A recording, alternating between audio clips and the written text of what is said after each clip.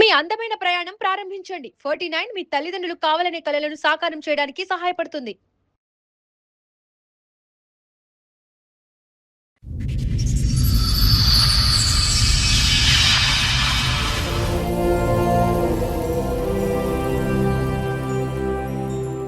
చెప్పండమ్మా, ఏంటి మీ సమస్య? మా ఆయన అట్లా నాకు బాగాలేదు అని చెప్పిండు. చెకప్ చేపిమంటే చేపించాను డాక్టర్ దగ్గర తీసుకెళ్తే. చెప్తే అక్కడ ఆయన చెప్పాడు, నాకు హెచ్ఐవి ఏడ్చింది అని చెప్పాడు.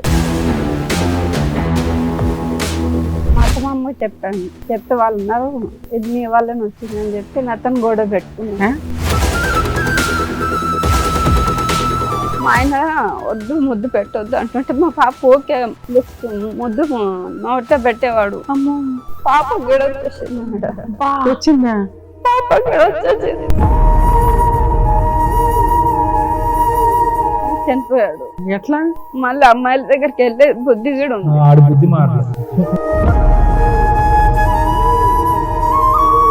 2 గంటలు లేట్ అయినందుకు వీళ్ళు మా మీద పోలీస్ కేసు పెట్టారు. అంత ఆరోగ్యం, అంత మంచి అలవాట్లు ఉన్న కొడుకు చనిపోయాడు, మా కోడలు పీకు తినేసిందని పెట్టారా? నేను చంపేశానని పెట్టా. ఏమైతే రోజు వచ్చి కొట్టది మా మరదలు. ఆగమ్మా, మాటలు మాట్లాడేటప్పుడు నీ కొడుకుని ఇంట్లో నుంచి ఎందుకు పంపించావు బయటికి? ఏ బూతులు మాట్లాడద్దు ఇక్కడ. నీ దగ్గర వారసత్వం ఆస్తి 8 ఎకరాలు ఉంది, ఒక ఇల్లు ఉంది. అది నువ్వు సంపాదించింది కాదు, నీ కూతురు సంపాదించింది కాదు. ఆ పిల్లకి ఆస్తుల మాట ఇవ్వడానికి నీ ప్రాబ్లం ఏంటి? ఇవ్వను మేడం. ఇస్తారా, జైలుకి వెళ్తారా చెప్పండి? పైగా ఫేక్ కేసులు ఒకటి వేస్తారా వాళ్ళు బ్లాక్ మెయిల్ చేయడానికి? వాళ్ళ వెనకాల ఎవరు లేరని. వాళ్ళ వెనకాల మేము ఉన్నాం. నీ వెనకాల ఆస్తుందా? బయట వెళ్ళి, బయటికి వెళ్ళి. కోర్టులో ఏం చేస్తానో చూద్దు గానీ నేను ఈ కేసు ఇక్కడ సెటిల్మెంట్ కూడా చేయను. మీ అబ్బాయిని పెళ్లి చేసుకుని 11 ఏళ్ళు అవుతుంది. అమ్మాయి 11 ఏళ్ల నుంచి దాని మీద రూపాయితో సహా వసూలు చేస్తా. అసలు వాళ్ళ మీద హెరాస్మెంట్ చేసేద్దాం, పోలీసులకు ఫోన్ చేయండి. రేపే పోలీస్ స్టేషన్ కేసులో అమ్మాయి తరపున వేయించాల్సిన అన్ని కేసులు వేస్తా. నువ్వు ప్రాపర్టీ 8 acres లోకి ఎలా వెళ్తావో చూస్తాను. నమస్తే. సుమన్ టీవీ సమర్పిస్తున్న పద్మవ్యూహం కార్యక్రమానికి స్వాగతం. మరి ఈ కార్యక్రమంలో మనతో పాటు ఉన్నారు ప్రముఖ హైకోర్టు అడ్వకేట్ రమ్యాకుల గారు. నమస్తే మేడం. నమస్తే అండి. ప్రముఖ సైకియాట్రిస్ట్ డాక్టర్ కళ్యాణ్ చక్రవర్తి గారు. నమస్తే సార్. నమస్తే మేడం. సార్, మేడం లక్ష్మి గారు ఆవిడ సమస్య చెప్పుకోవడానికి ఇక్కడి వరకు వచ్చారు. ఆవిడ సమస్య ఏంటో అడిగి తెలుసుకుందాం. నమస్తే అండి. నమస్తే మేడం. ఎక్కడి నుంచి వస్తున్నారు? మేము ఇక్కడ హైదరాబాద్ లో ఉంటాం. హైదరాబాదేనా? మీతో పాటు ఎవరెవరు వచ్చారండి? మా తమ్ముడు వచ్చాడు, మా అత్త వచ్చి, మా మరదలు వచ్చి. చెప్పండమ్మా, ఏంటి మీ సమస్య? నాకు పెళ్లి 10 సంవత్సరాలు అవుతుంది మేడం. ఆ పెళ్ళైనాక సంవత్సరానికి పాప పుట్టింది. పాప పుట్టినాక మా ఆయన బాగా తాగి కొట్టడం, ఇది చేయడం చేశాడు మేడం. చాలా టార్చర్ మేడం, అసలు తట్టుకోలేకపోయేదాన్ని. రోజు తాగొచ్చి గొడవ పెట్టుకుని మా అత్త మామ కూడా టార్చర్ చూపించేవాళ్ళు, హెరాస్మెంట్ చేసేవాళ్ళు. మీ ఆయన ఏం పని చేసేవాడు? లేబర్ పని చేసేవాడు మేడం. నువ్వేమన్నా పని చేస్తావా? నేను ఇళ్ళలో పని చేస్తాను మేడం. అరేంజ్డ్ మ్యారేజ్ అమ్మా మీది? అవును సార్. పెద్దలు నిర్ణయించారు. అవును. ఒక బాబా మీకు? పాప. ఓకే. ఇప్పుడు 9 years పాప. సో మొత్తం అంతా తాగుడు కొట్లాట్లు దీని మధ్యనే జరిగింది 10 సంవత్సరాలు. తర్వాత ఏమైంది అంటే, ఇట్లా నాకు బాగాలేదు అని చెప్పిండు. బాగాలేదని చెప్తే ఏమైందమ్మా అంటే హాస్పిటల్కి వెళ్దామంటే హాస్పిటల్ తీసుకెళ్ళాను. ఎన్నేళ్ల క్రితం ఇది? 5 ఏళ్ల కింద. 5 ఏళ్ల కింద. బాగాలేదు నాకు 6 నెలలకు ఒకసారి అట్లా బాగాలేదంటే హాస్పిటల్ తీసుకెళ్తే తాగుతున్నాడు కదా, బాడీ మొత్తం చెకప్ చేపిమంటే చేపించాను డాక్టర్ దగ్గర తీసుకెళ్తే.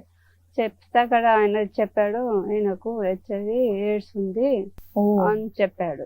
అని చెప్పినాక ఇంకా నాకు ఏం అర్థం కాలేదు, ఏం చేసుకోవాలో అర్థం కాలేదు. మా అత్తమ్మ చెప్పాను, చెప్తే వాళ్ళు ఉన్నారు, ఇది నీ వల్లనే వచ్చిందని చెప్పి నాతను గొడవ పెట్టుకున్నా.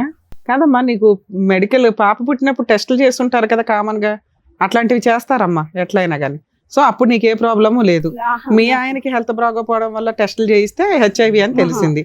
అదే మిమ్మల్ని ఎందుకు ఎలిగేషన్ చేస్తున్నారు? మరి మీరు కూడా టెస్ట్ చేయించుకున్నారా? అది కాదు మేడం, మా అత్తమ్మకి చెప్పాను నేను. అవును, చెప్తావు కామన్. చెప్తే ఎక్కడికి వచ్చింది, ఎట్లా వచ్చింది అని ఆయనకి అడిగారు, నన్ను ఏమనలే. అప్పుడు వాళ్ళ ఆయనకే అడిగారు. అడిగితేనే అన్న నాకు తెలియదు అత్తయ్య మరి ఎక్కడి నుంచి వచ్చిందో బాగా తాగుతున్నాడు కదా మరి ఎక్కడి నుంచి ఎవరి దగ్గరికి వెళ్ళారో అని వెళ్ళాడు. చెప్పాను. ఆ. అయితే కాదులే నీది ఇక్కడికి వెళ్ళి వచ్చిందని అతను గొడవ ఆ, పెట్టుకున్నాను నిన్ను ఏదో రకంగా హెరాస్ చేయాలి కాబట్టి ఇది కూడా నీ అకౌంట్ లో ఇస్తారు. ఓకే. వేసి కొన్ని రోజుల తర్వాత టార్చర్ చూపించారు మేడం. నాకు చాలా టార్చర్, పాపకి కూడా టార్చర్ చూపించారు మేడం. పాపకి ఎలా టార్చర్ చూపెట్టారమ్మా? ఎక్కడ పడితే అక్కడ కాల్చడము, ఎక్కడ పడితే ఎవరు? మా అత్తయ్య. మా ఆయన వద్దు ముద్దు పెట్టొద్దు అంటుంటే మా పాప ఓకే లిఫ్ట్ ముద్దు నోట్లో పెట్టేవాడు. అమ్మో, పాప గిడ వచ్చేసింది మేడం. వచ్చిందా? పాప గిడ వచ్చేసింది. తర్వాత నాకు గిడ వచ్చేసింది. కదమ్మా, మీరు పాజిటివ్, నేను కూడా పాజిటివ్ మీరు మేడం. పాజిటివ్, అతను పాజిటివ్, ఆయనది నాకు వచ్చింది. అతనిది మీకు వచ్చింది. అయితే వద్దన్న పని చేయటం వల్ల పాపకు కూడా అది వచ్చిందమ్మా ఇన్ఫెక్షన్. వద్దు అంటుంటే ముద్దు పెట్టడము, కానీ అలా రాదు కదమ్మా, సహజంగా అలా రాదు కదా. నోట్లో రోజు ముద్దు పెడుతుండే. మీరు గర్భంలో, పాప మీ గర్భంలో ఉండగా మీరు పాజిటివే కదా? మరి- లేదు సార్, ఆ? నార్మల్ గానే ఉన్నాం మేము అప్పుడు. మా Okay. ఇంట్లో అసలు ఎవరికి లేదు. Right right right. మా ఆయన చేసుకున్నాక సో మా ఆయన ప్రెగ్నెన్సీ అప్పుడు చేసిన టెస్ట్ లో రాలేదు? ఏం లేదు. లేదు. తర్వాత అయితే పాపకు పాజిటివ్ వచ్చింది. పాపకు పెద్దగైనాక వచ్చింది 5 years కి. అలా ఉందని తెలిసిన తర్వాత కూడా పాపకి అలాగే చేసేవాళ్ళ. అలాగే చేసేవాడు. ఊరికే తాగొచ్చి ఎక్కడ పడితే అక్కడ గిల్లడము అట్లా చేయడము. వీళ్ళు కూడా చాలా టార్చర్ ఇదే మీ ఇంట్లో వాళ్ళకి చెప్పారా ఇలా అయిందని చెప్పేసి? మీ వారికి చెప్పాను. మా తమ్ముడు చెప్తే ఆ. మా తమ్ముడు అన్నాడు అక్కడ నేను చూసుకుంటా అక్క అన్నాడు. అలా ఇప్పటిదాకా కలిసి ఉన్నారా తల్లి వాళ్ళతో? కలిసే ఉన్నాం. ఎప్పటిదాకా?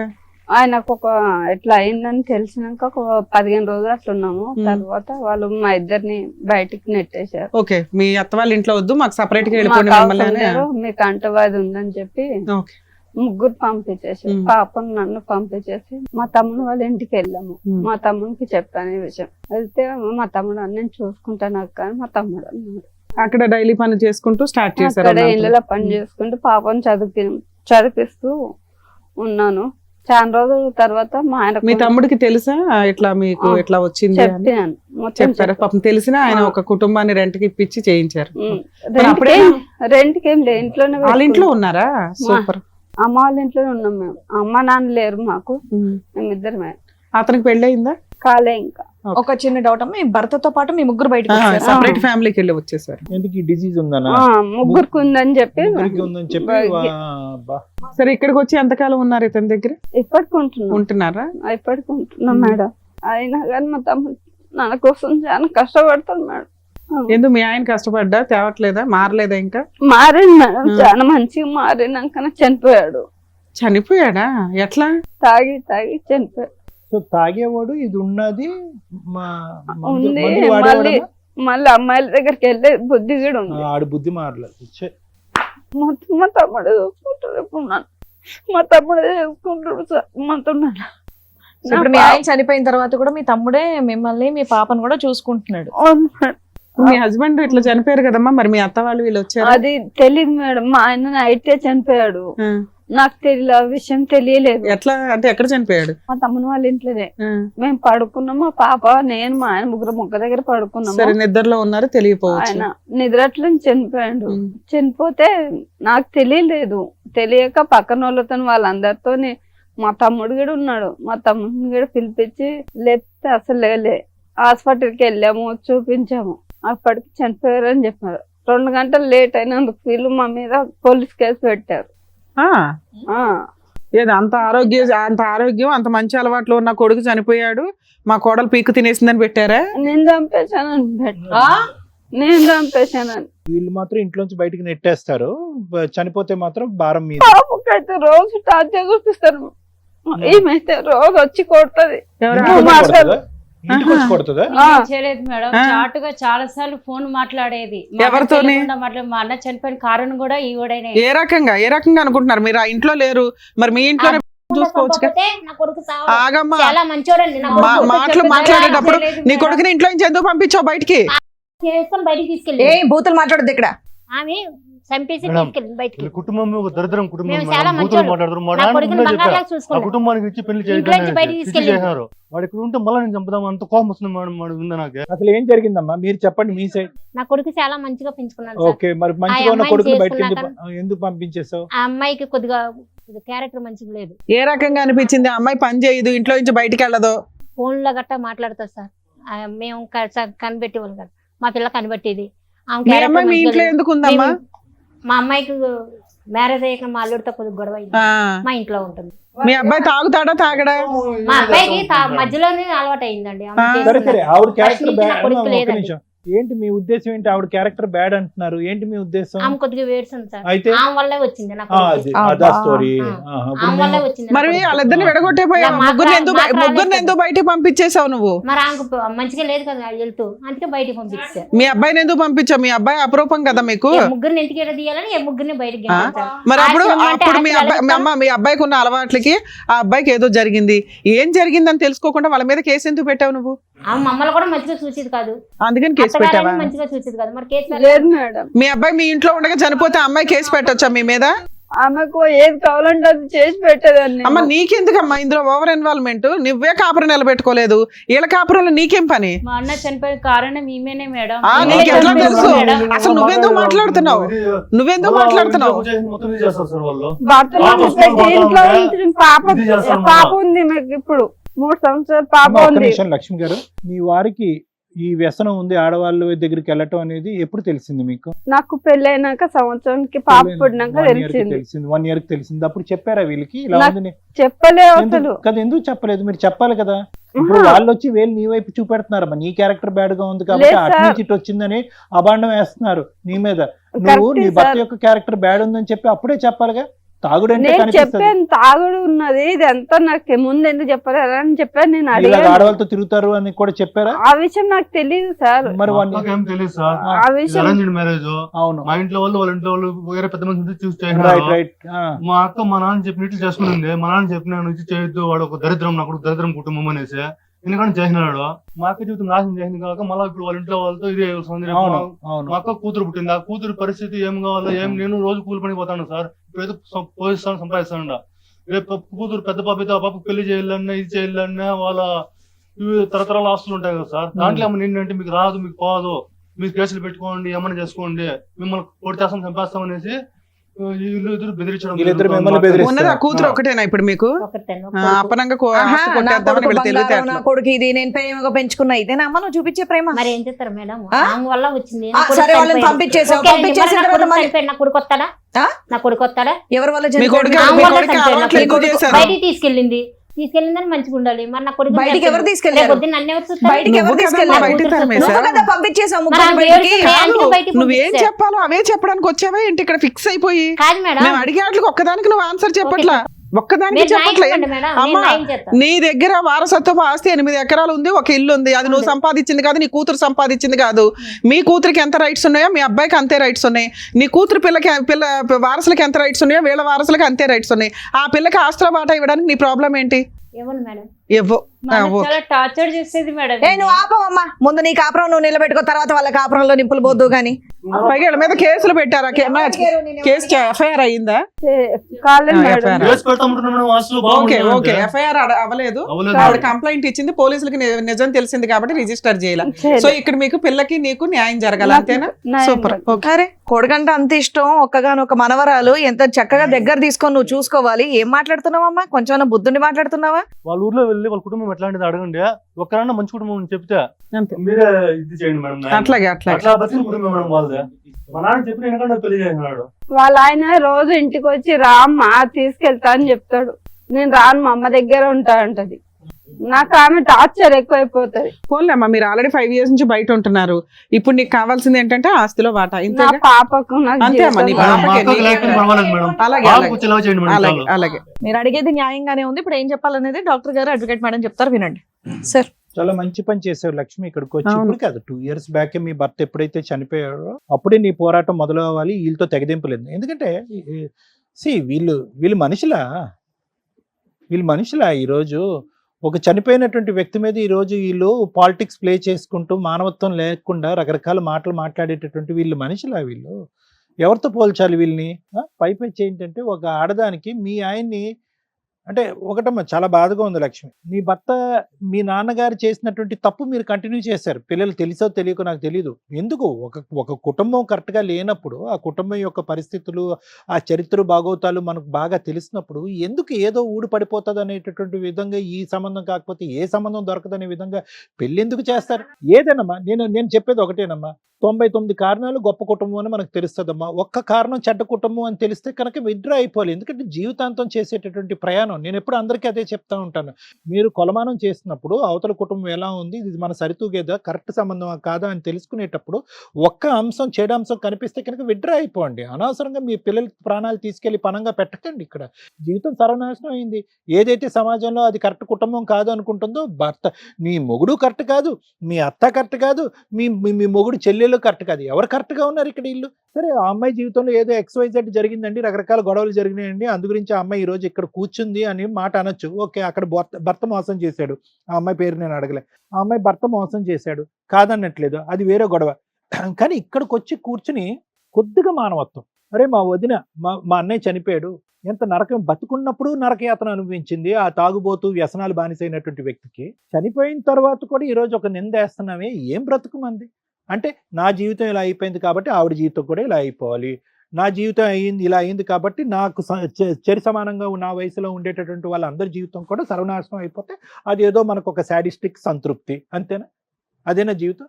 అయినా కానీ పిల్లల్ని మిమ్మల్ని అని లాభమ్మా, పెంచేటటువంటి విధానం, పిల్లలు ఎలా ఎదుగుతున్నారు, తాగుతున్నారా, తిరుగుతున్నారా, వ్యసనాలకు లోనవుతున్నారా?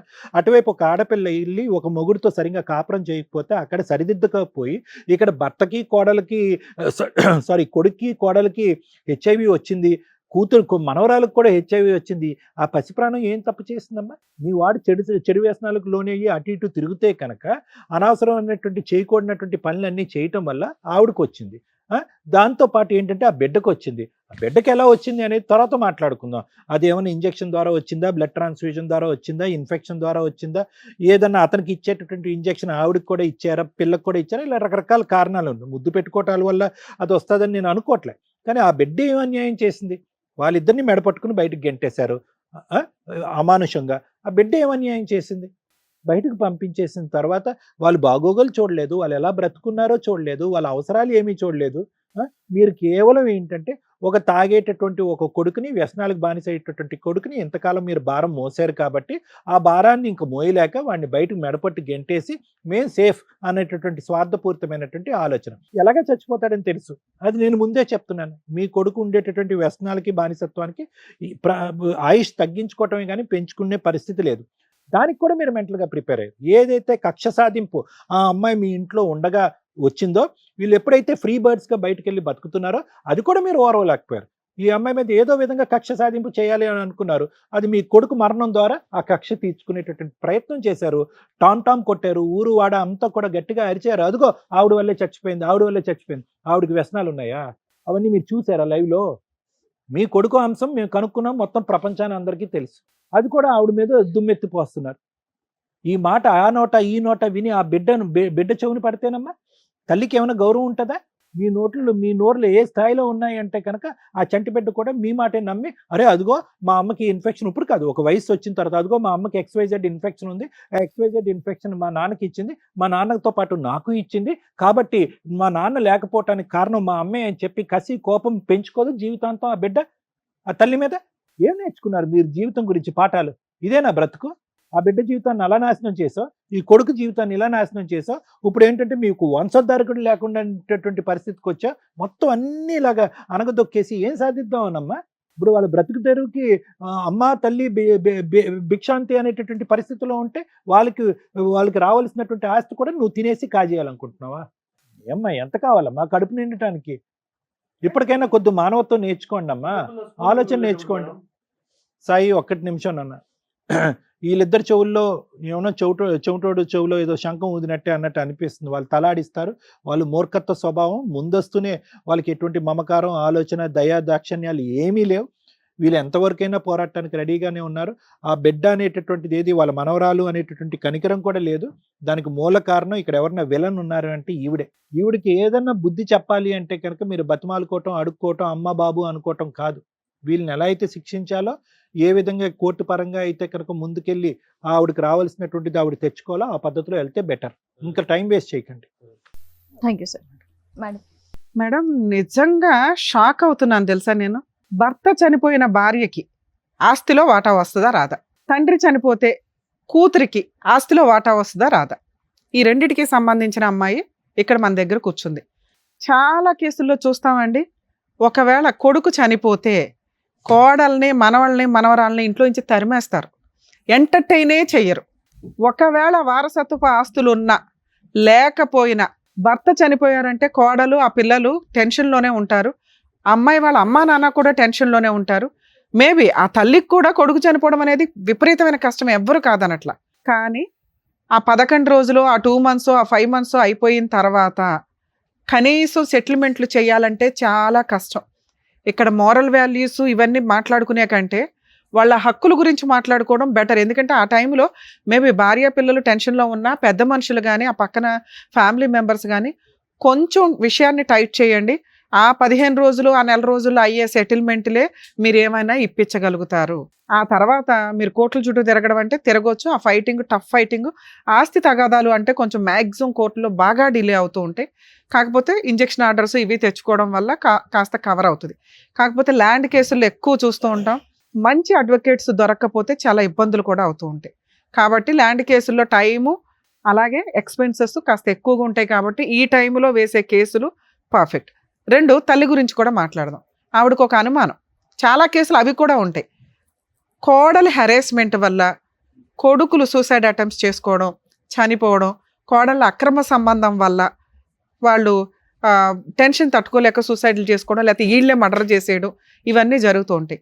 ఆ టైంలో కొడుక్కి సంబంధించిన పేరెంట్స్ కానీ మేబీ పేరెంట్స్ కష్టంగా బాధగా ఉంటే వాళ్ళ రిలేటివ్స్ ఎవరైతే ఉంటారో ఇమ్మీడియట్గా కోడలు వాళ్ళ ఫ్యామిలీ మెంబర్స్ మీద క్రిమినల్ యాక్షన్ తీసుకోవచ్చు, మాకు డౌట్ ఉందండి అని. అలాగే ఈ చనిపోయే వ్యక్తుల విషయాల్లో వాళ్ళు ఏదన్నా ఫ్యామిలీ మెంబర్స్ మధ్య రిలేషన్ బాగుంటే కాస్త ఇన్సూరెన్స్లు, మీ తదనంతరం భార్య పిల్లలు ఎలా బతకాలనేది కూడా కొంచెం జాగ్రత్తగా చూసుకోండి. ఒకవేళ క్రూయల్ పర్సన్ అయితే మీరు ఒక లెటర్స్ రాసి పెట్టుకోండి, వాళ్ళకి ఆయుధం అవుతుంది. ఎందుకంటే 2 ఈక్వల్గానే నడుస్తున్నాయి ఈ మధ్య సొసైటీలో. ఈ కేసులో మనకి బాధితురాలు కోడలే, ఎందుకంటే ఆ అత్త మాట్లాడుతున్న విధానం కేసు యొక్క స్టోరీని బట్టి. అందుకే నేను 2 చెప్పాను మీకు. జెంట్స్ మంచోళ్ళు ఉంటారు, లేడీస్ మంచోళ్ళు ఉంటారు. ఇక్కడ ఆస్తికి సంబంధించి కోడలు మంచిదే. ఎందుకంటే కోడలు చివరి నిమిషం దాకా భర్తతో కాపురం చేసింది.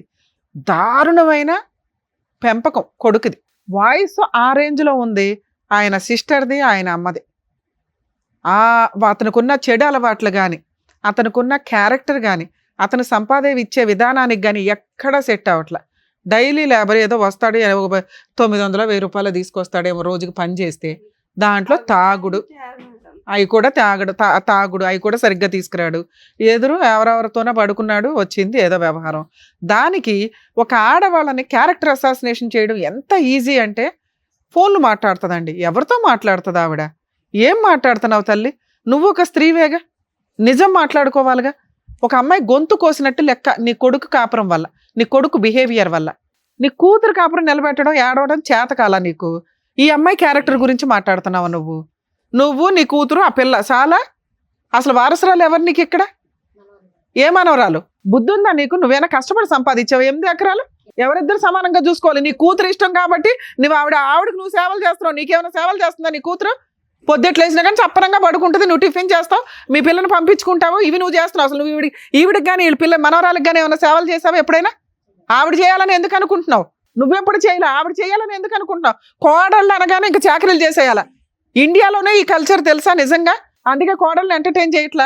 అత్త అన్న పాత్ర డిలీట్ అయిపోద్ది కొన్ని రోజులకి మీలాంటి బిహేవియర్ వల్ల. మీరు లేకపోతే పిల్లల పెంపకం సరిగ్గా ఉండదు. మీరందరూ కలిసి ఉండండి రా బావని మేము ప్రయత్నిస్తే, ఇలాంటి గయ్యాళి మెంటాలిటీలు పెట్టుకొని ఉంటే ఏ రకంగా వస్తుంది అమ్మాయి? ఏ రకంగా సేవ చేస్తుంది? భర్తతోటే చాకరీ పడుతుందా? మీతో హెరాస్మెంట్లు పడుతుందా? తాగుబోతూ తిరుగుబోతూ రూపాయి తీసుకురాడు. అరే ఒక అమ్మాయి గొంతు కోసేసానే అని నువ్వు ఇంట్లో పెట్టుకొని నువ్వు ధైర్యంగా ఆ పిల్లకి ఒక ప్రహరీలాగా నుంచుంటే ఎంత బాగుండేది? నీ కొడుకే హెచ్ఐవి రావడం ఏంటి, ముగ్గురిని తీసి బయట వేయడం ఏంటి నువ్వు? నానా ఇప్పుడు లీగల్గా వెళితే మీకు లాస్, 100% మీకు రావాల్సిన షేర్. ఇక్కడ భర్త చనిపోతే అంటే నీ కొడుకు చనిపోతే కోడలకి మనవరాలకి ఆస్తిలో వాటా వస్తుందా అంటే వీళ్ళ హస్బెండ్ సెల్ఫ్ ఎక్వేర్డ్ ప్రాపర్టీ ఏదన్నా ఉండి వీళ్ళకి వారసత్వపు ఆస్తులు లేకపోతే మనవరాలి మెయింటెనెన్స్ కోసం నానమ్మ తాతయ్యల మీద క్లెయిమ్ చేసే రైట్స్ మనవరాలికి ఉంటాయి. తెలుసుకోండి. 99% జనాలకు తెలియదు. అత్తగారు మాంగారుల మీద వేయదు. వాళ్ళు ఫైనాన్షియల్గా బాగోపోతే వేయకండి. ఎవరికాళ్ళు సెల్ఫ్ రెస్పెక్ట్తో బతకండి.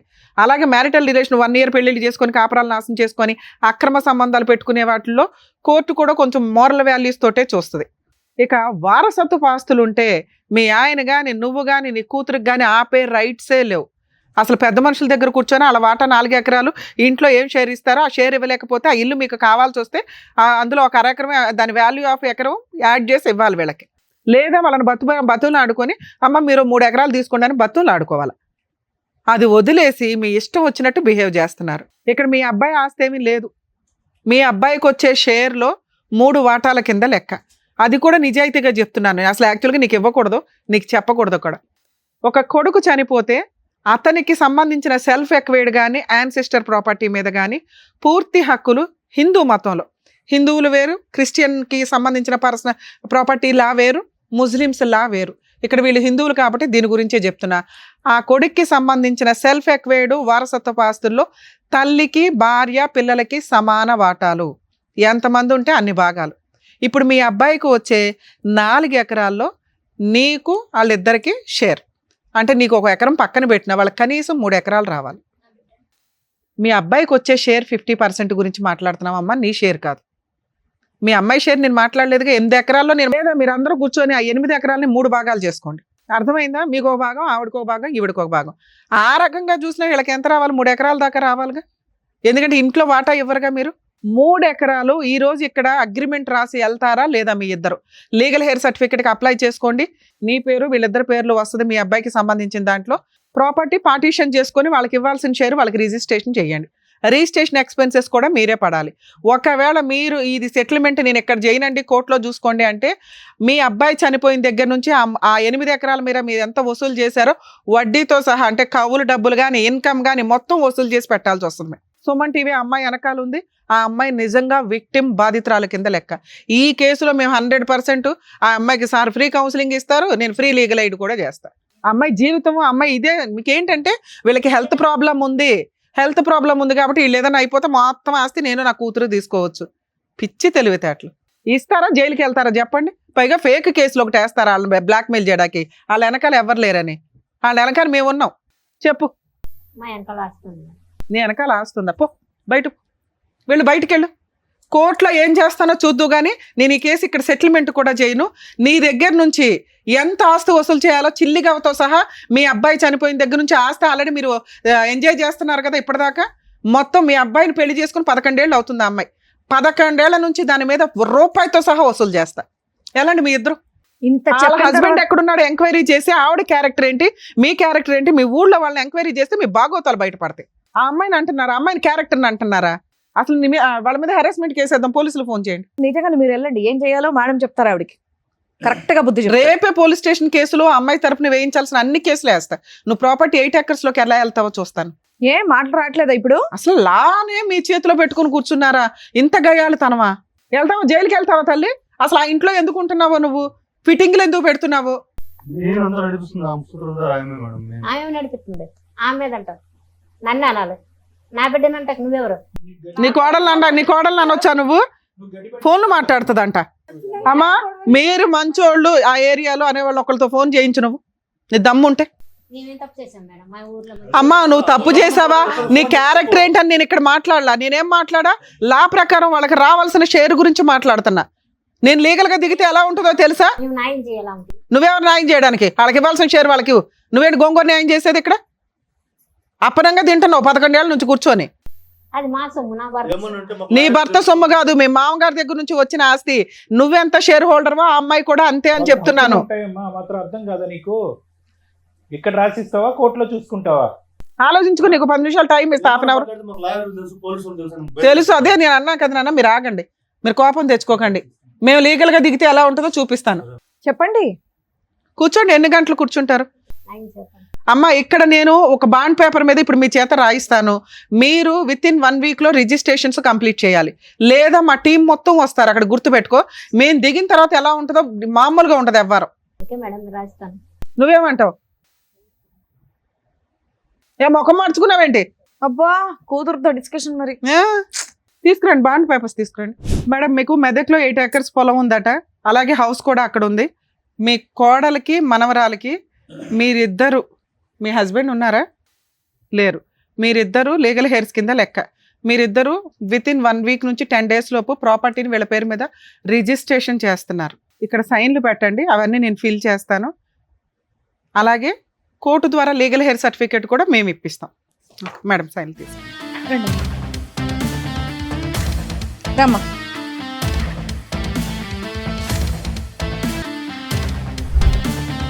తీసి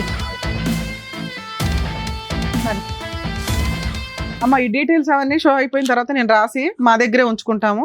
అలాగే మీకు ఒక జిరాక్స్ కాపీ, మీకు ఒక జిరాక్స్ కాపీ ఇస్తాం. మీ పెద్ద మనుషులు పెట్టుకొని ప్రాబ్లం షార్ట్ అవుట్ చేసుకోండి.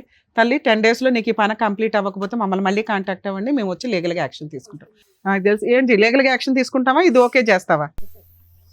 Thank you madam, thank you so much. Okay అమ్మా, జాగ్రత్త. మిమ్మల్ని నమ్ముకొని వచ్చిన లక్ష్మి గారికి చక్కటి న్యాయం చేసినందుకు thank you so much doctor గారు. Thank you so Thank much you. Madam. మరో కథతో మళ్ళీ కలుద్దాం.